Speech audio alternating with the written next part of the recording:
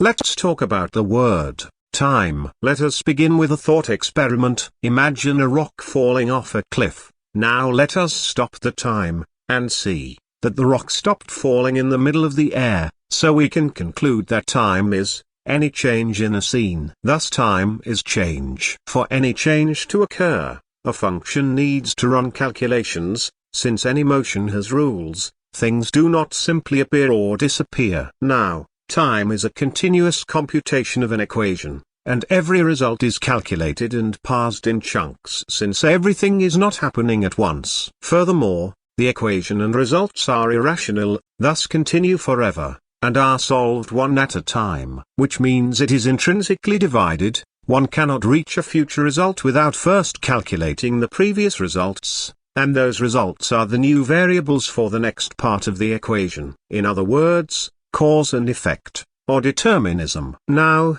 from this information we can conclude that time has a certain speed, and we perceive it relative to ourselves. Since we are the observers, we perceived the time's speed as frames per second. In other words, how many still images one can save in a second, and this is his perceived time. Younger brains can perceive a high amount of frames per second, relative to an old brain, who can perceive a low amount of images per second. Now, if one experienced more images per second, he experienced more change than someone who experienced less in that second, and since change is time, we can conclude that he experienced more time in that same second. In the computer language, it is called overclocking. Thank you, and I hope you have been enlightened.